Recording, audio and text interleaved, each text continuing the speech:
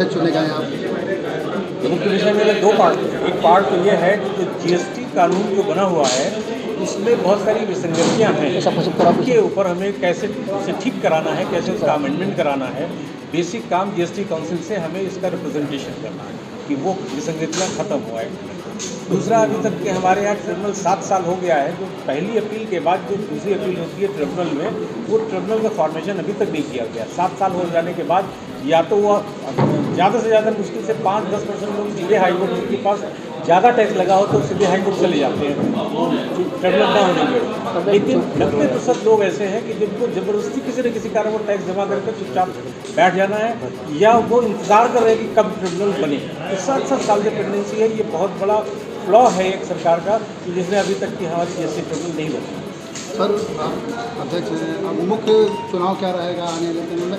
जो अधिवक्ताओं की समस्याएं हैं जो यहाँ के, क्या अधिवक्ताओं की मुख्य समस्याएं हमारी, एक तो ये है कि जो कोर्ट बननी चाहिए, और दूसरी ये है कि यहाँ हमारे यहाँ बहुत सारे अनऑथराइज्ड रिप्रेजेंटेटिव ला करके हमारे वकील बन करके काम करें जो एक्चुअली वकील नहीं हैं।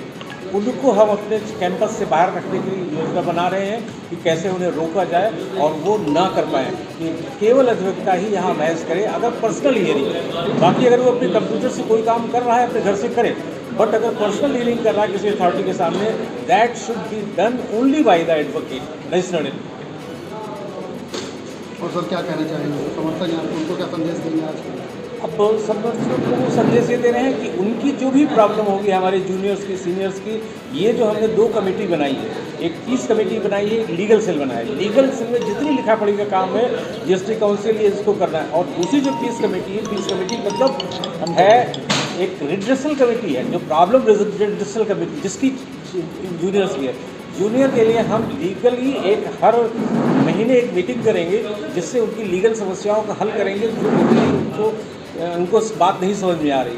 और दूसरी ये है कि हम अगर किसी को अधिवक्ता किसी अधिकारी के बीच में अगर कोई बात ऐसी हो रही जो नहीं बन रही है, तो उसको हम अपने लेवल पे जब वो हमें इंटीमेट करेगा तो अपने लेवल से उसको हम लोग मिल करके जाकर करेंगे। इसका काम पीस कमेटी करेगी। पीस कमेटी है वो अधिकारियों के बीच में जो भी हमारे विरोध उत्पन्न होते हैं, जो बातें होती हैं, यूनिफॉर्मिटी जहाँ नहीं रहती है, या कोई एडिशनल एविडेंसेस मांगता है जो विधिक नहीं है, तो उसके लिए हम लोग उसका साथ देंगे, उसको रिप्रेजेंट कराएंगे।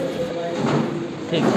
और अधिक से अधिक चीज़ों को हम जीएसटी काउंसिल जो हमारी मेन है, जिसमें कि हमारी फाइनेंस मिनिस्टर उसकी चेयरपर्सन है, तो वहाँ पर ही सारी समस्या लेकर के पहुँच रहा है। जैसे एक और बड़ी समस्या बहुत बड़ी है कि अगर मान लीजिए कोई आदमी किसी के ऊपर टैक्स लग गया, मान लीजिए 10 लाख रुपए टैक्स लगा हुआ है, और वो उसको 30 दिन का टाइम होता है अपील करने का, उसके बाद केवल 1 महीने की बीमारी या किसी चीज़ का उसे लाभ मिलेगा नहीं मिलता, जबकि पहले 2-3 साल तक। अगर मान लीजिए किसी की माँ, पिता कोई ऐसे बीमार हैं, अपने हॉस्पिटलाइज्ड हैं, और वो नहीं कर 1 महीने के अंदर से ज़्यादा वो हॉस्पिटलाइज रहेंगे।